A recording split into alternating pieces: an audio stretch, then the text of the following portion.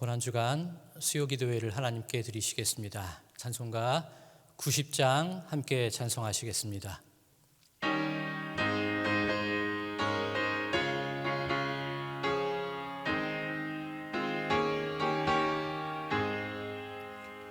주 예수 내가 알기 전 날 먼저 사랑했네. 그 크신 사랑 나타나 내 영혼 거듭났네. 주 내 맘에 늘 계시고 나 주의 안에 있어. 저 보로리유 같으니 참 좋은 나의 친구. 내 친구 되신 예수님 날 구원하시려고 그 귀한 몸을 버리사 내 죄를 대속했네. 나 주님을 늘 믿으며 그 손을 의지하고 내 몸과 마음을 바쳐서 끝까지 충성하리. 내 진실하신 친구여 그 은혜 내려주사 날 항상 보호하시고 내 방패 되옵소서. 그 풍성한 참 사랑을 네 능히 끄는 소냐. 날 구원하신 예수는 참 좋은 나의 친구. 이 시간 기도하실 때 한성호 목사님 기도 인도하시겠습니다.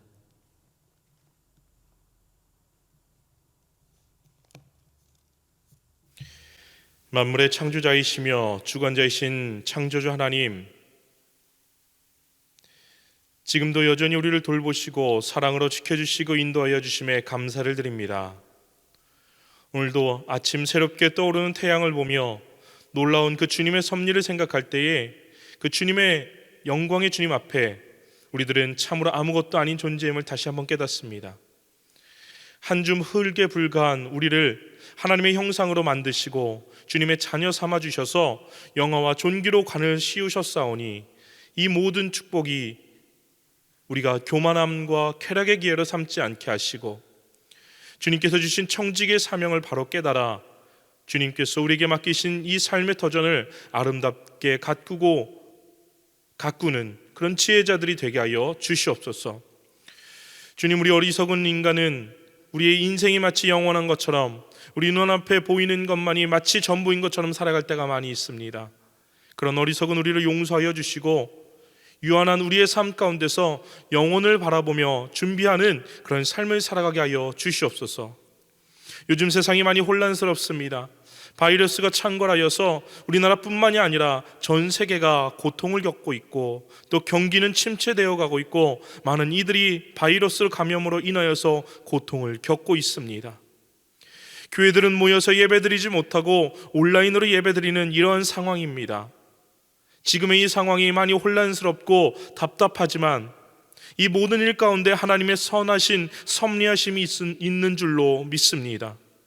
하루속히 이 사태가 진정되게 도와주시고 우리 모든 민족, 모든 열방이 이 사태로부터 하루빨리 해결되게 하셔서 고통 가운데 있을 많은 사람들에게 주님께서 주시는 평안함과 안식을 누릴 수 있도록 주님 허락하여 주시옵소서. 이를 위해서 수고하고 있는 수많은 의료진들과 그 관계자들을 주님께서 붙드셔서 피곤하지 않게 건강함을 주시고 이 사태를 지혜롭게 잘 이겨나갈 수 있도록 주님 허락하여 주시고 그리고 하루빨리 백신이 개발되어서 많은 이들이 치료받을 수 있도록 주님께서 지혜와 능력을 허락하여 주시옵소서. 우리는 각자 자리에서 맡겨진 일을 성실히 해나가며 지금의 이 어려움들을 견디며 또 다 지나가고 함께 모여 예배할 그날을 우리가 함께 기대하면서 이때, 지금의 이때에 우리가 배워야 할 것을 배우며 기다릴 수 있는 믿음도 허락하여 주시옵소서. 오늘 말씀 전하시는 이현규 목사님 가운데 주님 함께하여 주실사 그 입술을 성령께서 주장하시고 주님께서 성령의 감동됨으로 말씀하게 하여 주셔서 그 말씀 가운데 우리가 다시 한번 용기와 쉼과 힘을 얻을 수 있는 그런 놀라운 은혜 말씀이 될 수 있도록 주님 인도하여 주시옵소서. 모든 거짓된 것들을 물리치게 하시고 어두움에 우리가 다니지 않게 하여 주시옵시며 언제나 그리스도의 밝은 빛 가운데서 살아가는 그런 소망의 날들을 우리 함께 이 시간 고개 숙인 우리 모두 가운데 허락하여 주시기를 간절히 간구하고 원하오며 이 모든 말씀 은혜의 주님 우리 주 예수 그리스도 이름으로 간절히 기도드립니다. 아멘.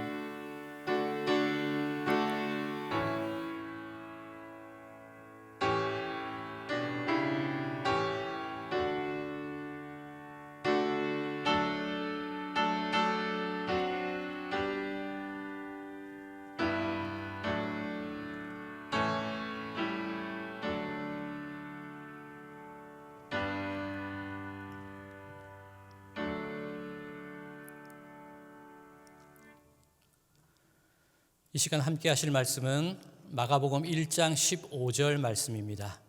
마가복음 1장 15절 말씀 제가 봉독하겠습니다. 이르시되 때가 찼고 하나님의 나라가 가까이 왔으니 회개하고 복음을 믿으라 하시더라. 아멘. 오늘도 주님의 은혜를 사모하여서 이 예배의 자리에 나오신 여러분들을 주님의 이름으로 축복합니다. 여러분들이 계신 가정 혹은 삶의 터전이 하나님의 영이 함께 임하심을 통하여서 거룩한 곳으로 성별되고 성화되기를 주님의 이름으로 또한 소망합니다. 오늘 말씀을 나누기에 앞서서 잠깐 자리를 옮겨서 계속해서 말씀을 전하도록 하겠습니다. 오늘은 때와 관련된 말씀을 나누고자 합니다. 때, 시기, 시간에 관련된 그러한 이야기입니다. 우리 성도님들 혹시 우리 담임 목사님 예배 시간에 광고하실 때 제일 처음 나왔던 내용이 어떤 내용이었는지 기억나십니까? 새 가족을 환영하거나 혹은 장례 혹은 기쁨을 맞이하는 가정 소개 이외에 광고가 시작될 때 제일 처음에 나왔던 내용이 어떤 내용인지 기억하십니까? 보통 사순절 몇 번째 주입니다. 혹은 주연절 후 몇 번째 주입니다. 그렇게 광고가 시작이 됩니다. 과연 그 내용이 어떤 의미가 있길래 광고의 제일 첫머리에 나오는 걸까요? 바로 그 내용은 절기와 관련된 이야기입니다. 절기라는 것, 우리 성도님들 어떤 절기가 떠오르십니까? 지금 우리가 보내고 있는 절기 바로 사순절을 보내고 있습니다. 그리고 사순절이 끝이 나고 나면 바로 부활절이 다가오겠죠. 부활절 하면 생각나는 것, 주님의 탄생하신 성탄절도 떠오르게 됩니다. 그리고 그 성탄절을 준비하는 대강절 혹은 대림절, 강림절도 있습니다. 주님께서 십자가에 달리시고 부활하신 후에 승천하실 때 우리에게 무엇을 보내주셨습니까? 성령이 너희와 함께 하실 것이다. 성령께서 강림하시는 성령 강림절도 있습니다. 그리고 우리 교회 같은 경우에 어떤 찬양 축제가 벌어지는 맥주 감사절도 있고요. 그리고 추수 감사절도 있습니다. 그리고 조금은 생소한 분들도 있을 수 있는데 주현절이라는 절기도 우리 교회에 있어서 중요한 절기 중에 하나로 자리 잡고 있습니다. 자, 이런 절기가 우리들에게 왜 중요한 것일까? 광고 첫머리에 절기에 대한 이야기가 나오는데, 그리고 오늘 이 설교 말씀의 어떤 내용이기도 한데, 이 절기라는 것이 무엇이기에 이처럼 중요하게 여길까? 그것을 한번 오늘 여러분들과 이야기를 나누고자 합니다. 보통 우리 달력은 1월 달을 시작으로 한 해가 시작이 됩니다. 그런데 성경에서 말하는 혹은 우리 기독교에서 이야기하고 있는 절기는 바로 이 대강절에서 시작이 됩니다. 그 대강절을 시작으로 해서 이렇게 성탄절, 주연절, 사순절, 부활절, 그렇게 추수감사절을 지나서 다시금 대강절, 이렇게 한 주기로 우리 교회에게 1년이 지나가게 되는 겁니다. 자, 그렇다면 간략하게 말씀을 드리면 대강절이라는 것이 무엇이냐? 대강절, 주님의 강림을 기대하는 것. 대림절, 주님의 임재하심을 기대하는 것. 그것이 바로 대강절, 대림절이 뜻하고 있는 절기의 의미입니다. 그렇게 주님을 기다리는 대강절이 지나고 나면 성탄절이 오게 됩니다. 말 그대로 성스러운 예수님께서 이 땅에 태어나시는 날입니다. 그리고 그 다음 나오는 절기가 바로 주현절인데, 주현절, 주현일, 주님께서 현현하시는 날, 이것은 가톨릭이나 동방교회에 따라서 그 의미가 조금은 다르게 설명이 됩니다. 보통 서방교회, 가톨릭, 우리들의 어떤 개신교 같은 경우는 예수님께서 탄생하시고 12일이 지나서 동방박사들이 예수님께 경배하러 오게 됩니다. 12번째 날, 주님의 그 신성이 나타나는 날, 그날을 주님께서 현현하셨다. 그래서 주현절이라고 얘기를 하기도 합니다. 그날이 1월 6일이 됩니다. 그리고 동방교회나 다른 어떤 전통에 있는 교회 가운데에서는 예수님께서 세례를 받으시던 날, 혹은 예수님께서 공생애를 시작하시는 날, 그날을 이 주현절로 기념하기도 합니다.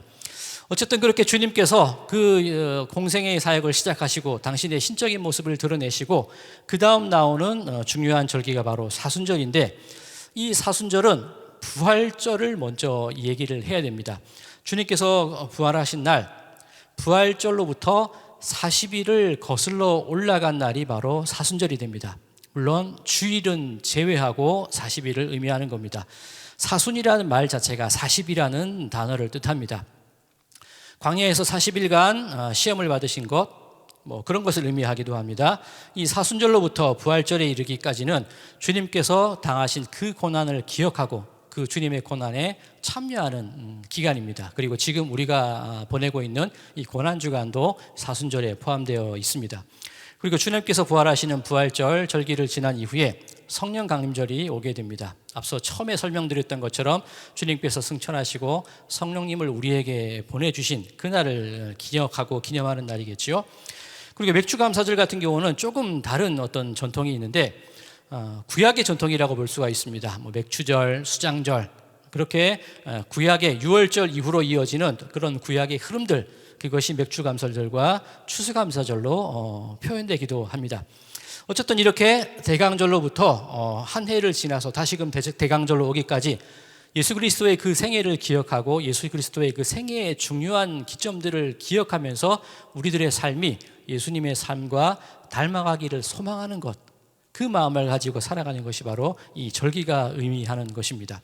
자, 우리 성도님들, 지난 주보, 우리 지금 영상으로 보고 계실 텐데 핸드폰 스크롤을 잠깐 올리시면 주일 낮 예배라는 그 문구 옆에 지난 주일이 어떤 절기였는지에 대한 설명이 나옵니다. 어떤 절기였습니까? 한번 스크롤 한번 올려보시기 바랍니다. 바로 종려주일이었고요. 주님께서 예루살렘에 입성하시는 것을 기념하여서 종려나무 가지를 흔들던 것을 기억하는 종려주일입니다. 그리고 고난주일입니다. 그리고 우리 주보에는 지금 나와 있지 않지만 사순절 제 6번째 주일이라고 되어 있습니다. 자, 이 절기, 지금쯤 이 원으로 표현된 이 절기표에서 어디쯤 해당되느냐? 바로 이쯤, 우리가 지나고 있는 시기가 바로 이 교회력에 있어서 이 정도 기간을 지나고 있다, 그렇게 보시면 되는 겁니다. 자, 그런데 이 절기를 설명할 때에 또 한 가지 우리가 생각해야 될 어떤 개념이 있습니다. 무슨 개념이냐면, 지금 보시는 이 그림이 어떤 그림인지 아십니까? 바로 미세먼지를 나타낼 때 쓰는 그런 표입니다. 이렇게 아이콘, 밝게 웃는 모습으로부터 방독면을 쓰고 있는 이 아이콘, 이런 아이콘으로 표현되기도 하고 여러 가지 색깔로 표현을 하기도 합니다. 미세먼지가 없을 때는 청색, 맑은 색으로 표현되기도 하고요. 미세먼지가 심할 때는 붉은색이나 검은색으로 표현을 하기도 합니다. 이처럼 아이콘이나 색깔을 사용한다는 것, 직관적으로 바라볼 수 있게 하는 겁니다. 굳이 설명하지 않아도 눈에 띄고 마음에 와닿는 것, 이렇게 색깔로 혹은 그림으로 표현하는 그런 방법이 있습니다. 자, 우리가 교회에서 사용하고 있는 절기 역시 그렇게 색깔로 그 절기를 표현하기도 합니다. 지금 우리가 이 정도 기간을 보내고 있다고 말씀드렸는데, 이 사순절에 해당되는 절기의 색깔은 어떤 색일까요? 네, 맞습니다. 바로 보라색입니다. 이 보라색, 우리 예배 드릴 때 주의 깊게 보셨는지 모르겠지만 교회에 어떤 목회자의 스톨 색깔이라든가 영대 색깔이라든가 교회 강대상에 놓여 있는 그런 색깔들이 바로 보라색으로 장식이 되어 있습니다. 자, 이 보라색이 어떤 것을 의미하느냐? 먼저 이 보라색이라는 것, 권위를 의미합니다. 위엄을 의미합니다. 주님의 권위와 주님의 위엄. 그리고 우리 인간들에게 회개할 기회를 주시는 예수님의 그 배려, 혹은 인간들이 회개에 참여할 수 있는 인생의 가치, 그런 것들을 의미하는 것이 이 보라 색깔이 의미하고 있는 뜻입니다. 자, 또 어떤 색깔이 있느냐면 흰색이 있습니다. 흰색 하면 어떤 이미지가 떠오르십니까? 밝은 빛, 그렇죠? 빛, 광명, 예수 그리스도의 영광, 그런 것을 의미하는 것이 바로 이 흰색입니다. 그리고 절기를 사용할 때 또 어떤 색깔이 있냐면 바로 붉은색이 있습니다. 예수 그리스도의 보혈을 의미하기도 하고요, 그리고 성령을 의미하기도 합니다. 보혈과 성령하면 떠오르는 생각들 어떤 것들이 있으십니까? 주님의 희생이 있을 수도 있고요, 우리에 대한 구원, 성령의 능력, 우리를 위로하시는 성령의 역사하심, 그런 것들을 의미하는 색깔이기도 합니다. 그리고 또 한 가지 색깔이 바로 이 초록색입니다. 혹은 파란색으로 표현되기도 하는데, 이 초록색, 들판에서 솟아나는 그 풀잎들의 색깔이 어떤 색입니까? 바로 초록색이죠. 생명, 성장, 그런 것들을 의미하는 색깔이 바로 이 초록색이라는 것이 가지고 있는 의미입니다. 자, 그런데 이처럼 이 나와 있는 네 가지 색깔, 흰색을 빛으로 생각할 때 굳이 색이 아니다 그러면 크게 세 가지 색깔로 우리의 절기를 표현할 수 있는데, 구약에서 하나님의 성전 혹은 성막을 만들 때에 그 성막의 휘장이 어떤 색깔의 실들로 만들어졌느냐? 바로 홍색 실과 자색 실과 청색 실을 엮어서 휘장을 만들게 됩니다. 그리고 제사장의 옷을 만들 때에도 금색 실이 섞여 있지는 하지만 보통 이렇게 청색, 자색, 청색과 자색과 홍색 실을 섞어서 제사장의 옷을 만들기도 합니다. 자, 그렇다면 이 절기의 색깔이 의미하는 것이 무엇이냐? 예수 그리스도의 그 모든 생애가 우리들의 삶과 밀접한 관계가 있다는 겁니다. 우리들이 살아가는 것, 내 뜻과 내 생각대로 살아간다고 생각을 하지만 실제로는 이처럼 예수님의 그 모든 삶과 생애와 성령의 능력과 우리와 함께 하시는 그 모든 하나님의 역사가 우리 인생과 밀접하게 연관되어 있다. 그것을 의미하는 것이 이 절기가 뜻하는 색깔이라는 겁니다. 자, 그렇다면 다시 우리가 절기에 있을 때 어떤 색깔이 어떤 절기에 해당되는가, 그것을 제가 한번 표현해 봤습니다. 여기 보시면 이 성령 강림절에 이 붉은색 아주 작은 부분을 차지하고 있는데, 우리 교회 같은 경우에 세례식이 있을 때 이 붉은색 스토를 하기도 합니다. 왜냐하면 세례식이 있을 때 성령의 능력이 임함을 통하여서 세례받는 이들의 삶이 변화되기를 소망하는 마음이 있기 때문에 우리 교회 같은 경우는 이 부활절을 즈음해서, 그리고 대강절, 성탄절을 즈음해서 세례 예식이 있을 때 이 붉은색 스토를 사용하기도 합니다. 자, 그렇다면 이 색깔과 이 절기에 대한 의미를 다시 한번 설명을 드리겠습니다. 대강절이 이 보라색으로 시작이 됩니다.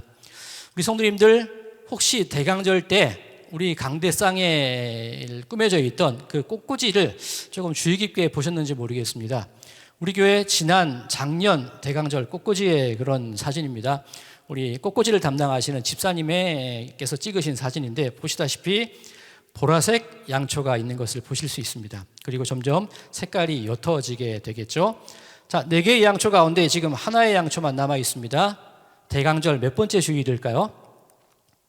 대강절 4번째 주일을 의미하는 겁니다. 왜 그러냐? 자, 대강절 첫 번째 주일에 이 첫 번째 제일 진한 보라색 초를 켜게 됩니다. 그러면 대강절 첫 번째, 두 번째, 세 번째 주일이 지나면서 이 초는 이만큼 줄어들게 됩니다.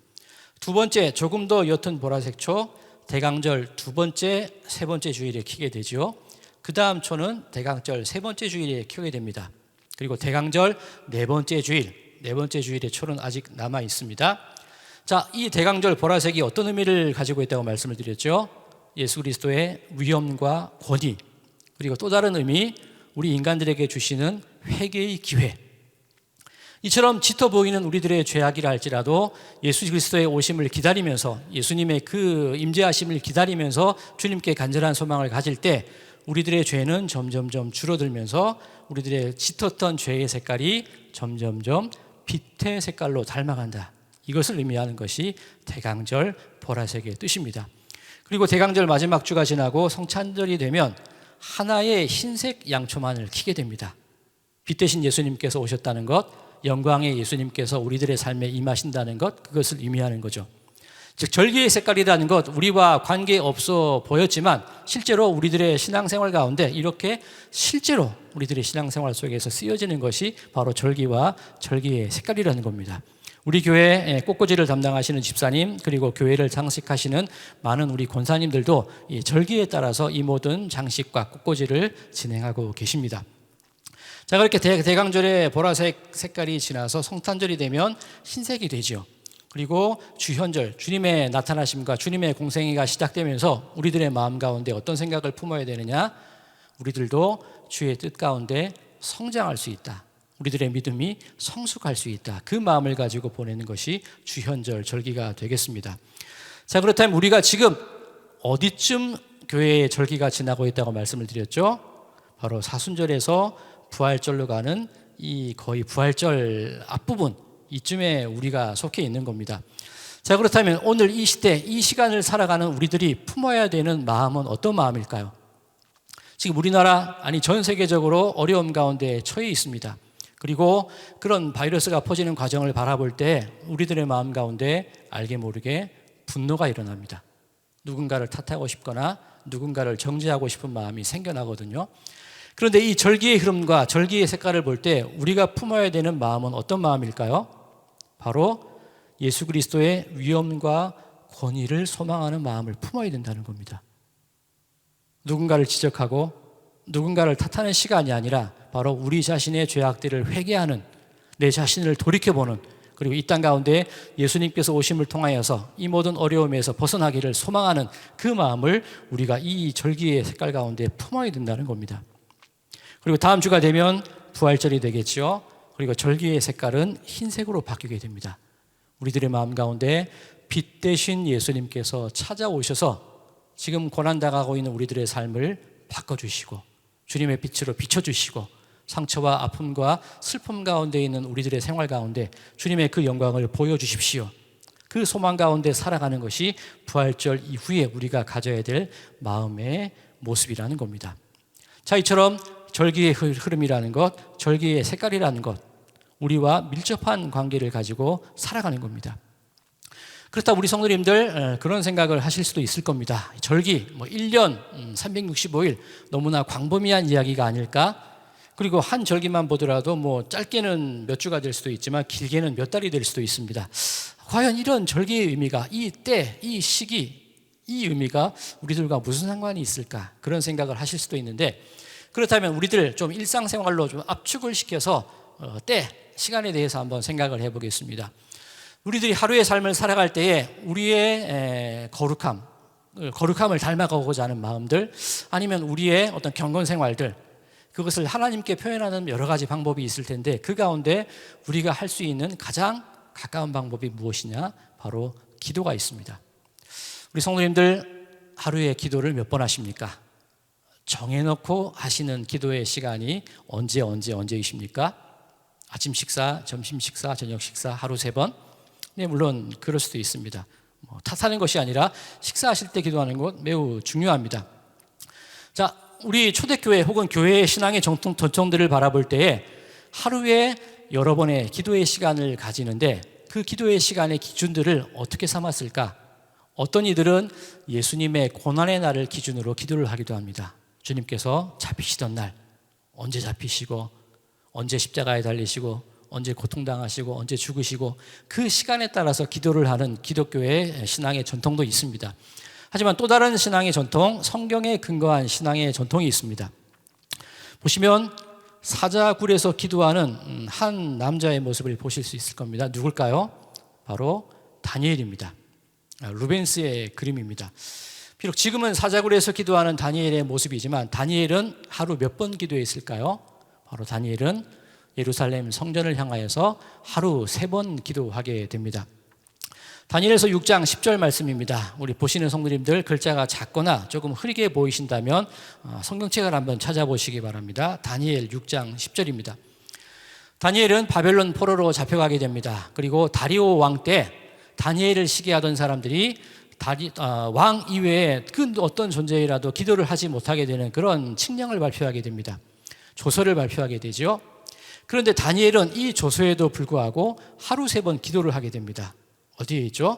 자기 집에 돌아가서는 윗방에 올라가 예루살렘으로 향한 창문을 열고 전에 하던 대로 하루 3번씩 무릎을 꿇고 기도하며 그의 하나님께 감사하였더라. 성전에서 떠나 있는 삶이지만 포로 생활 가운데 잡혀 있는 삶이었지만 다니엘은 늘 성전을 사모하면서 하나님께 하루 3번씩 시간을 정하여서 기도를 하는 겁니다. 즉 하루 24시간 가운데 그 때를 정하여서 그 신앙생활, 그 믿음 생활, 그 경건 생활을 다니엘은 하고 있더라는 그런 얘기입니다. 자, 이렇게 하루에 3번 기도를 하는데 우리 성도님들 하루 3번 어느 때에 어떤 내용을 가지고 기도를 해야 될까, 그런 생각을 하실 수도 있을 겁니다. 자, 성경에 보면 기도에 관련된 혹은 하나님을 찬양하는 많은 내용들이 나옵니다. 그 가운데 캔티클이라는 것이 있습니다. 성경에 나와 있는 어떤 찬송의 내용을 가지고 하나님을 찬양하는 일종의 찬양가, 찬미가를 만든 그런 캔티클이 있는데 신약 성경에는 3가지의 캔티클이 있습니다. 자, 그 3가지 캔티클 하루 중에 언제 어떤 내용으로 기도를 해야 되는가, 그에 관련된 아주 좋은 어떤 모범적인 답안이 될 수도 있습니다. 자, 첫 번째, 지금 보시는 그림이 무슨 그림이냐면 제사장 사가랴, 세례 요한의 가족들에 관련된 그림입니다. 잘 안 보이시겠죠? 지금 여기 보이는 이 사람이 바로 사가랴입니다. 세례 요한의 아버지입니다. 사가랴는 나이가 많이 들었지만 자손을 가지지 못하였습니다. 그런데 이 사가랴가 제사장으로서 성전에 들어가서 그 모든 제사장의 직무를 감당할 때에 하나님의 사자가 나타납니다. 그리고 사가랴에게 말하기를 곧 네가 자식을 얻을 것이다, 아들을 얻을 것이다, 그 이름을 요한이라고 하여라, 그렇게 얘기를 합니다. 그런데 이 사가랴와 그 아내 엘리사벳은 나이가 많습니다. 제가 이렇게 나이가 많은데 어떻게 자식을 가질 수 있겠습니까? 그 마음 가운데 의심이 들죠. 그때 주님의 사자가 무엇이라고 얘기를 하냐면 너의 아들이 태어날 때까지 너는 말을 하지 못할 것이다, 그 얘기를 하게 됩니다. 그리고 실제로 세례 요한이 태어날 때까지 사가랴는 벙어리로 지내게 됩니다. 시간이 지나고 그의 아내 엘리사벳이 잉태한 시간이 지나고 출산을 하게 됩니다. 그리고 그 친족들이 다 함께 모여서 그 모든 출산의 과정을 축하를 하지요. 자, 그렇다면 태어난 아기의 이름을 무엇이라고 정해야 될까? 가족들이 무엇이라고 얘기를 하냐면 아버지의 이름을 따라서 사가랴라고 지읍시다, 그렇게 가족들이 얘기합니다. 그러자 그의 어머니는 요한이라고 지어야 합니다라고 얘기를 하지만 그 친족들은 얘기를 듣지 않습니다. 그때 이 사가랴가 와서 서판에 손으로 글자를 씁니다. 이 아이의 이름은 요한이다. 그때 그의 입이 열리면서 비로소 말을 하게 됩니다. 바로 그것을 기념하면서 이 사가랴의 노래, 누가복음 1장 67절에서 79절까지의 말씀인데 이 말씀을 기초로 해서 아름다운 찬양이 만들어집니다. 이 사가랴의 노래는 보통 아침 기도의 찬양으로 쓰여지게 됩니다. 자, 어떤 내용이냐면 누가복음 1장 67절에서 79절입니다. 너무나 긴 구절이기 때문에 몇 구절만 제가 뽑아 놓았습니다. 자, 사가랴 어떤 상태였다고 말씀을 드렸죠? 그 아들이 태어나기 전까지는 벙어리였습니다. 입을 닫고 지낸 시간이었습니다. 말을 하지 못하는 상태였습니다. 자, 이 사가랴의 노래가 아침 기도의 노래로 쓰이는 까닭이 무엇이냐? 우리가 지난 밤을 지내는 동안 우리들은 아무런 말을 하지 못합니다. 입을 굳게 다물고 그 밤을 지내게 됩니다. 그런데 우리가 아침에 일어나서 우리의 입을 열 수 있는 것, 누구의 은혜 때문에 우리의 입을 열 수 있습니까? 하나님께서 우리에게 생명을 주셔야만 우리들의 입이 열리는 겁니다. 하나님께서 우리에게 하루의 삶을 허락하셔야만 우리의 하루가 시작이 되는 겁니다. 하나님께서 우리에게 말을 하도록 우리들에게 허락을 해 주셔야지만 우리들의 입술 가운데 말이 나올 수 있다는 겁니다. 자, 이 사가랴의 노래, 자, 너무 깁니다만 78절과 79절, 누가복음 1장 78절과 79절만을 한번 읽어보겠습니다. 제가 읽겠습니다. 이는 우리 하나님의 긍휼로 인함이라. 이로써 돋는 해가 위로부터 우리에게 임하여 어둠과 죽음의 그늘에 앉은 자에게 비치고 우리 발을 평강의 길로 인도하시리로다 하니라. 바로 우리가 아침에 드려야 할 기도의 내용이 바로 이것이라는 겁니다. 하나님께서 우리에게 돋는 해, 이 하루를 허락하여 주셨습니다. 하나님 너무나 감사드립니다. 우리가 오늘 이 하루를 살아가야 되는데 위로부터 임하는 하나님의 능력 가운데 이 하루를 살게 하여 주시옵소서. 그 간구가 아침에 드리는 기도라는 겁니다. 어둠과 죽음의 그늘 가운데 앉은 우리들에게, 하루하루가 두렵고 하루하루가 괴로운 우리들에게 하나님께서 그 빛을 우리에게 비춰주실 때에 우리의 인생은 안전함 가운데 하나님의 은혜 가운데 이 하루를 보낼 수 있습니다. 그렇게 아침에 기도를 드리게 되는 겁니다. 우리 성도님들 아침에 일어나셨을 때 어떻게 기도해야 되는지 알지 못하신다면 누가복음 1장 67절에서 79절까지의 말씀을 한번 쭉 묵상하신 후에 기도를 해보시기 바랍니다. 이 하루가 하나님께서 주신 하루입니다. 이 하루가 내가 걸어가야 될 이 모든 발걸음이 하나님이 나와 동행하시는 길입니다. 자, 두 번째, 그렇다면 또 어떤 기도의 내용이 있을까요? 지금 보시는 그림, 마리아의 잉태에 관련된 얘기입니다. 천사가 와서 네가 장차 하나님의 아들을 잉태할 것이다, 이렇게 얘기를 하게 되죠. 마리아는 순종합니다. 동정녀의 몸이지만 사람들의 그 모든 그런 비난과 의심들, 의혹들, 그 모든 눈길이 있을 것임에도 불구하고 마리아는 순종을 하게 되죠. 자, 두 번째 기도의 시간, 어떤 시간이 있느냐? 바로 이 마리아의 노래를 기준으로 하여서 기도를 드리는 겁니다. 저녁이라고 표현되어 있지만 오후가 될 수도 있습니다.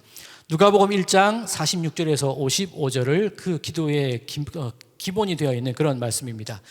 자, 마리아의 노래 어떤 내용이 있을까요? 마리아가 말합니다. 내 영혼이 주를 찬양합니다. 오후와 저녁이 되었을 때 우리는 우리의 하루의 삶을 돌아봅니다. 내 삶이 과연 진실했을까? 내 삶이 과연 하나님이 주신 명령대로 살아왔을까? 내 삶이 과연 그 말씀에 순종하는 삶이었을까? 그것을 한번 생각해 보라는 겁니다. 내 비천함을 돌보셨음이니라. 나는 비록 부족하고 연약한 사람이지만 이 하루가, 이 오후가 되도록, 이 저녁이 되도록 하나님께서 나와 함께 계셨기 때문에 살아갈 수 있었습니다. 내 모든 남은 삶들 하나님께 맡기며 내 모든 남은 시간들을 하나님께 바치겠습니다. 오후 혹은 저녁, 하루의 중반을 지낸 이후에 드리는 기도의 내용은 이런 내용이라는 겁니다. 나의 비천함 가운데에서도, 나의 어려움 가운데에서도 나는 오직 하나님의 뜻을 순종하며 하나님께 내 모든 삶을 맡기며 살아가겠습니다. 이것이 오후 또는 저녁에 드리는 기도의 내용이 된다는 겁니다. 자, 그렇다면 세 번째 기도, 어떤 기도가 있을까요? 자, 보시는 것이 시므온에 관련된 얘기입니다. 안 보이시니까 조금 부분만 확대하겠습니다. 지금 보이는 이 수염이 많이 나 있는 분이 바로 시므온입니다. 성경에 나와 있는 아주 어떤 정결하고 거룩하게 살아갔던 그 분이라고 표현되어 있습니다. 그리고 시므온이 안고 있는 어린 아기 바로 예수님이십니다. 이 시므온과 관련된 이야기, 어떤 이야기냐면 하나님께서 시므온에게 어떤 일을 하셨느냐? 네가 그리스도를 보기 전까지는 죽음을 맞지 아니할 것이다, 그 말씀을 하십니다. 그리고 이 시므온은 그 마음 가운데 내 생에, 내가 죽기 전에 이 땅 가운데 오신 그리스도를 만나겠습니다, 그 소망을 가지고 살아가게 되는 겁니다.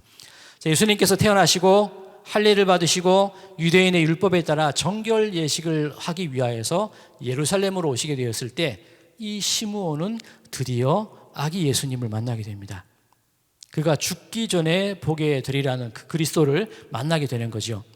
자, 세 번째 기도의 내용이 어떤 기도냐면 바로 이 시므온의 노래, 시므온의 기도입니다. 누가복음 2장 29절에서 32절까지의 말씀이 그 기반이 되는 것이고요. 이 시므온의 노래는 잠들기 전, 잠자기 직전에 부르는 노래입니다. 자, 어떤 내용이 있습니까? 29절, 주제여 이제는 말씀하신 대로 종을 평안히 놓아 주시는도다. 하나님께서 시므온에게 말씀하신 것이 무엇이냐? 그리스도를 보기 전까지는 죽지 아니할 것이다. 그런데 지금 시므온은 주님을 만나 뵈었습니다. 그 말은 내가 지금 죽어도 여한이 없습니다, 그 뜻이 되는 겁니다. 자, 이 시므온의 노래가 잠들기 전에 드리는 기도가 된 까닭이 무엇이냐? 내가 지금 잠자리에 듭니다. 그런데 지금 잠자리에 든다 할지라도 평안히 눕게 하시고 혹시라도 이 시간 하나님께서 나를, 내 영혼을 데리고 가신다 하더라도 나는 더 이상 여한이 없습니다. 하나님의 그 뜻에 내 모든 삶을 맡기겠습니다. 그 순종의 뜻이 담겨 있는 것이 시므온의 노래입니다. 자, 시몬의 노래가 잠들기 전에 부른다는 것 어떤 의미인지 아시겠지요? 내가 다시는 눈이 띄어지지 않는다 할지라도, 내가 다시는 일어나지 않는다 할지라도 내 이 잠자리에 드는 내 삶은 하나님의 뜻 가운데 평안합니다. 그 뜻을 가지고 있는 것이 바로 이 시므온의 노래입니다. 그리고 침묵 가운데 들어가겠지요. 그리고 하루가 지나서 그 다음날 아침이 되면 또 어떤 노래를 부르게 됩니까? 바로 사가랴의 노래. 주님이 내 입술을 열게 하셨습니다. 주님이 그 아침 해를 비추게 하셨습니다. 내 하루의 삶이 이제 시작이 됩니다. 그 노래를 다시 부르게 되는 겁니다. 자, 앞서 절기라는 365일의 큰 주기를 말씀드렸습니다만, 이처럼 아침과 오후와 저녁, 하루의 세 때만 보더라도 우리들은 늘 주님의 은혜와 하나님의 뜻 가운데 살아가는 것을 볼 수 있고, 중요한 시기, 시간마다 하나님께 대하여서 우리는 기도를 드릴 수 있는 이런 마땅한 이유가 있다는 겁니다. 자, 오늘 설교의 주제가 때라고 말씀을 드렸습니다. 시기라고 말씀을 드렸습니다. 이처럼 우리는 오늘 이 어려운 시기를 보내고 있지만 우리의 하루는 아침 눈 뜰 때부터 밤에 눈 감을 때까지 오로지 하나님의 은혜와 하나님의 인도하심 가운데 살아가는 것이 우리들의 인생이라는 겁니다. 그리고 그 시간 가운데 우리들은 경건의 모습을 가지고 하나님께 기도하며 소망을 두며 하나님께서 베풀어 주시는 은혜와 그 빛 가운데 담대히 나아가는 것이 지금 우리들의 삶이 되어야 한다는 뜻입니다. 이것도 어려우십니까? 하루에 3번 기도하는 것이 어렵고 성경을 찾아보는 것이 어려운데 어떻게 해야 될까? 나는 어떻게 기도를 해야 될까? 아직도 주저하는 분이 계십니까? 그렇다면 이 방법을 한번 또 생각해 보십시오. 우리가 사순절이 시작되었을 때 우리 성도님들께 문자로 혹은 카톡으로 보내드린 것이 있습니다.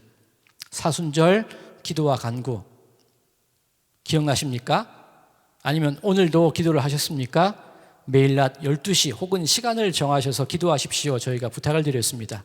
이 또한 우리의 삶의 시간들 가운데 때를 정하여 하나님께 기도하는 겁니다. 이 사순절 기도와 간구대로 기도를 하셨다면 여러분들은 이미 경건의 생활 가운데 들어가 계시는 겁니다. 자, 이 사순절 기도와 간구, 이제 곧 사순절이 끝날 텐데 어떻게 기도해야 될까요? 또 의문이 드는 분들이 계실 수 있습니다. 그렇다면 이것을 추천드리고 싶습니다. 하늘 양식. 우리 기독교 대한감리회에서 하루하루 묵상할 수 있는 말씀과 그 간략한 설교의 내용을 이 책에 담았습니다. 꼭 제가 책을 팔러 나온 사람 같습니다만, 하늘 양식, 우리가 연초가 되면 우리 성도님들께 이 책을 굉장히 저렴한 가격으로 판매를 합니다. 그리고 우리가 매일매일 문자를 보내드리고 있는데 우리 임시 홈페이지에 보면 매일 묵상이라고 하늘 양식에 관련된 내용이 매일매일 새롭게 업그레이드가 됩니다.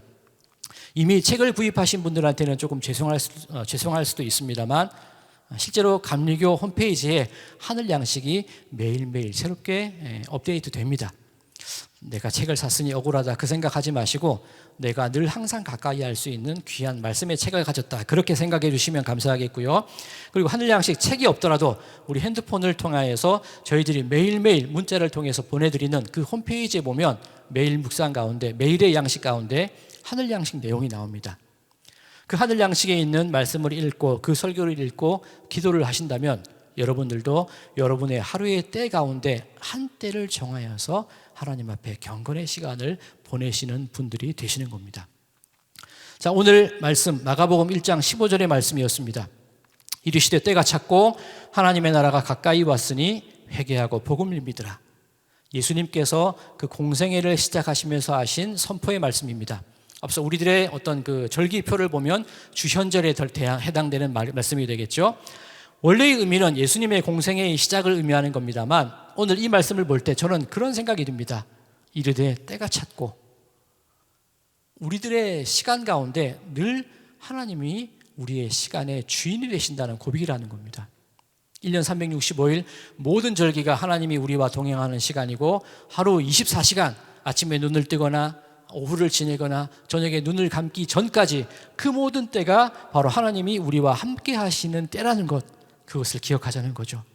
그리고 그 때 가운데 우리가 어떤 마음을 가지고 살아야 됩니까? 회개하고 복음을 믿으라. 이 배경 색깔을 보라색으로 해봤습니다. 지금 사순절 절기에 맞는 색깔이겠죠. 앞서 말씀드린 대로 시기와 혹은 분쟁과 분열의 마음이 아니라 예수 그리스도께서 우리를 위하여 십자가에 달리시기까지 고난당하고 계신 그 시간을 우리는 기억하는 겁니다. 그 가운데 우리들은 회개의 마음을 가져야 되고요. 그 가운데 우리들은 주님의 그 십자가의 은혜를 사모하는 마음을 가져야 되는 겁니다. 그리고 모든 때에 따라서 모든 시간을 성별화해서 하나님께 기도하며 그 복음을 믿고 하나님이 우리와 함께 하심을 통하여 이 어려움을 이길 것이라는 그 소망 가운데 살아가는 것이 지금 이때 우리들이 간직해야 될 신앙의 모습인 줄로 믿습니다. 바로 우리 성도님들의 삶 가운데 여러분들의 하루의 날 혹은 한 달 혹은 1년 그 모든 시간들이 하나님의 때임을 기억하시기 바랍니다. 하나님이 늘 우리와 함께 하심을 기억하시기 바랍니다. 그리고 그 가운데 우리들 역시 내 모든 삶을 하나님께 맡깁니다. 눈을 뜨는 시간부터 눈을 감는 모든 시간들까지 오로지 하나님께서 주신 생명입니다. 그 마음을 가지고 살아갈 때 우리들의 삶은 풍성해질 것이요 우리들의 삶은 분명 하나님과 동행하는 승리의 삶이 될 줄로 믿습니다. 하나님께서 동행하시는 늘 그 모든 여러분들의 시간과 때를 하나님께 내어 맡기는 우리들의 성도님들의 삶이 되시기를 주님의 이름으로 간절히 소망합니다. 기도하시겠습니다. 사랑과 은혜가 많으신 하나님 아버지, 이 사순절을 보내면서 저희들은 어떤 마음을 가지고 있습니까?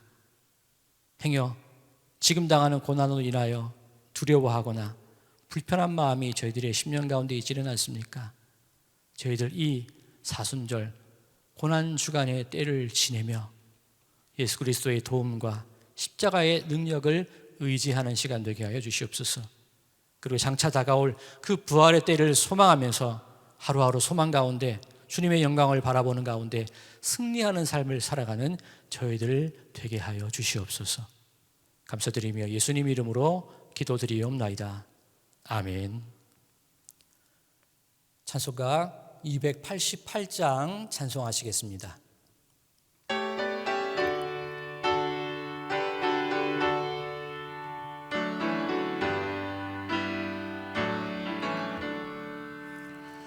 예수를 나의 구주 삼고 성령과 비로소 거듭나니 이 세상에서 내 영혼이 하늘의 영광 누리도다. 이것이 나의 간증이요 이것이 나의 찬송일세. 나 사는 동안 끊임없이 구주를 찬송하리로다. 온전히 주께 맡긴 내 영 사랑의 음성을 듣는 중에 천사들 왕래하는 것과 하늘의 영광 보리로다.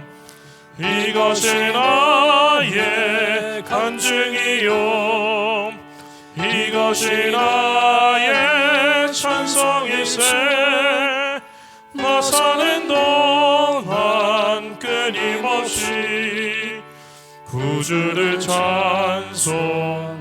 찬송하리로다. 주 안에 기쁨 누림으로 마음의 풍랑이 잔잔하니 세상과 나는 간 것 없고 구속한 주만 보이도다. 이것이 나의 간증이요 이것이 나의 찬송일세. 나 사는 동안 끊임없이 구주를 찬송하리로다.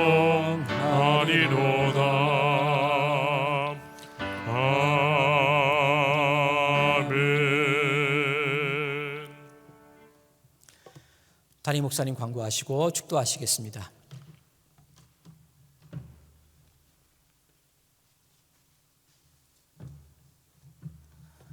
할렐루야.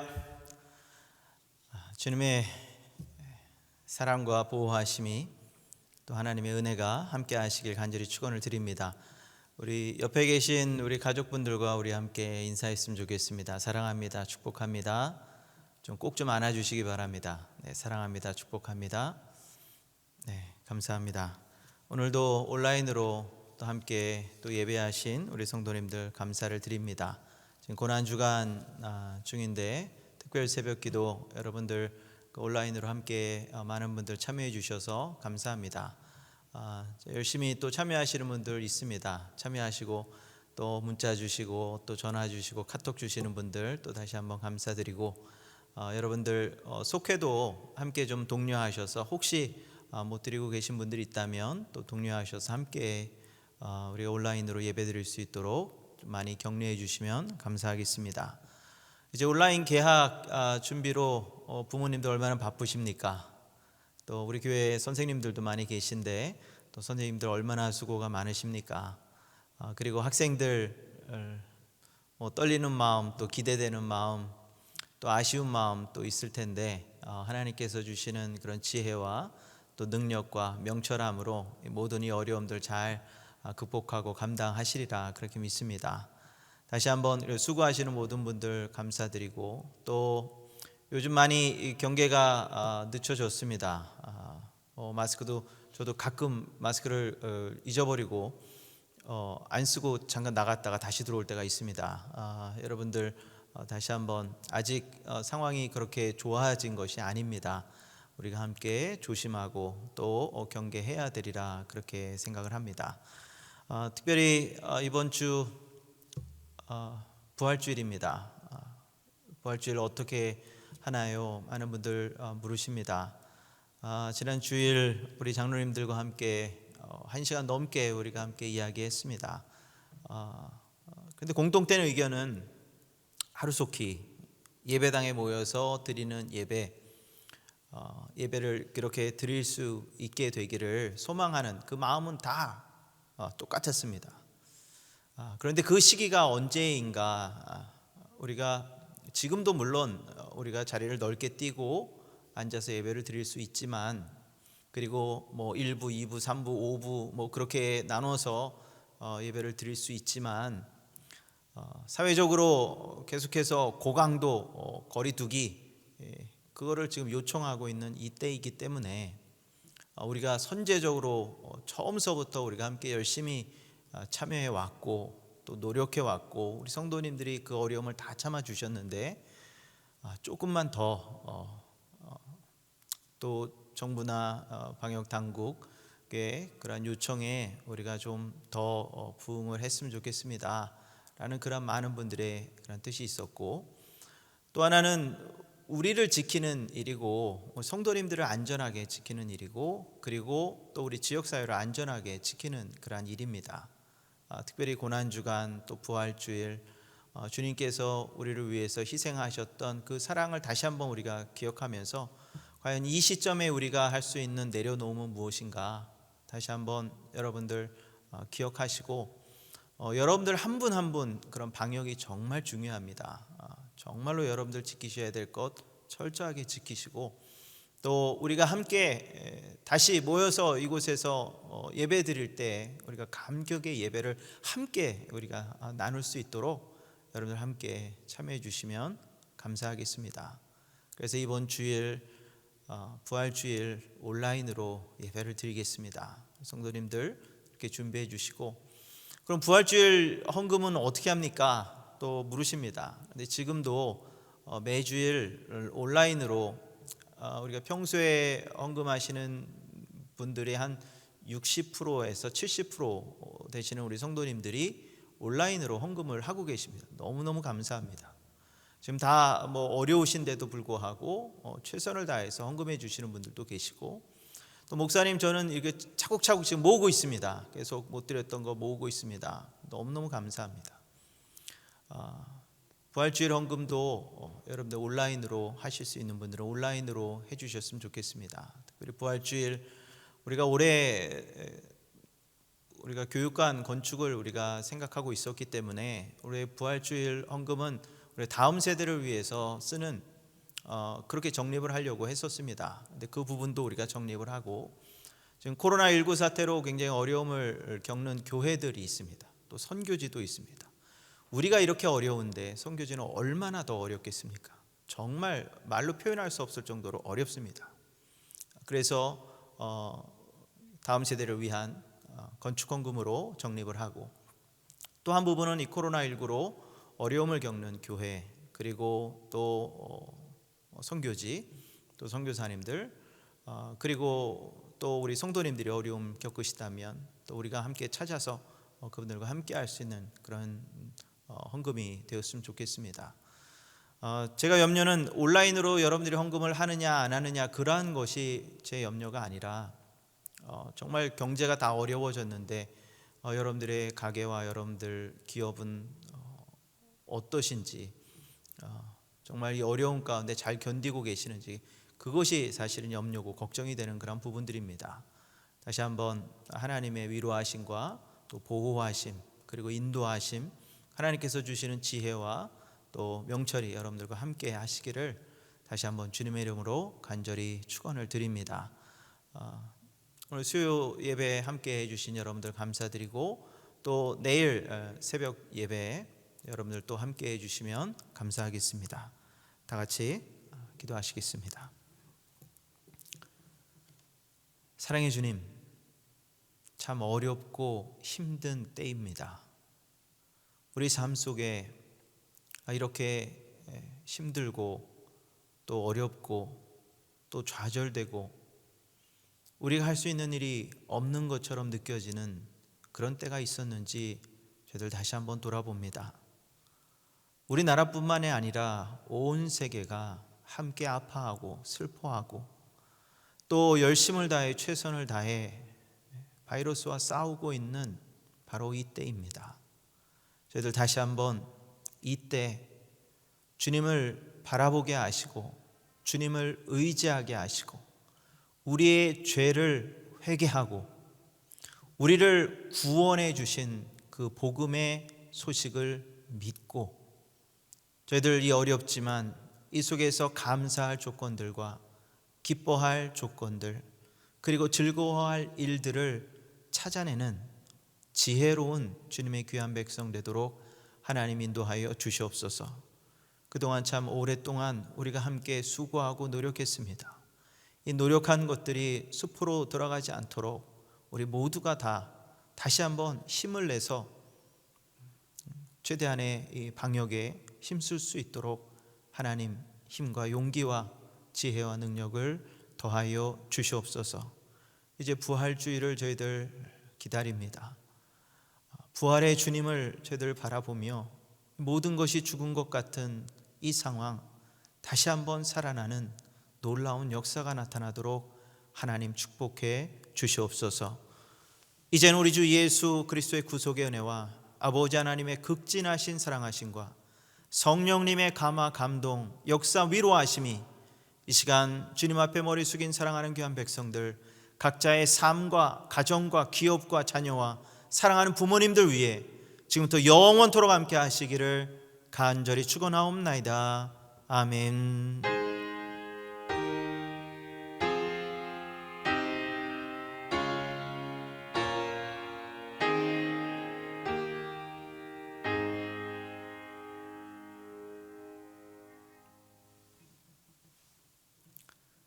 감사합니다. 수요 예배 함께 드려주셔서 감사합니다. 내일 새벽 여러분들 다시 뵙겠습니다. 감사합니다.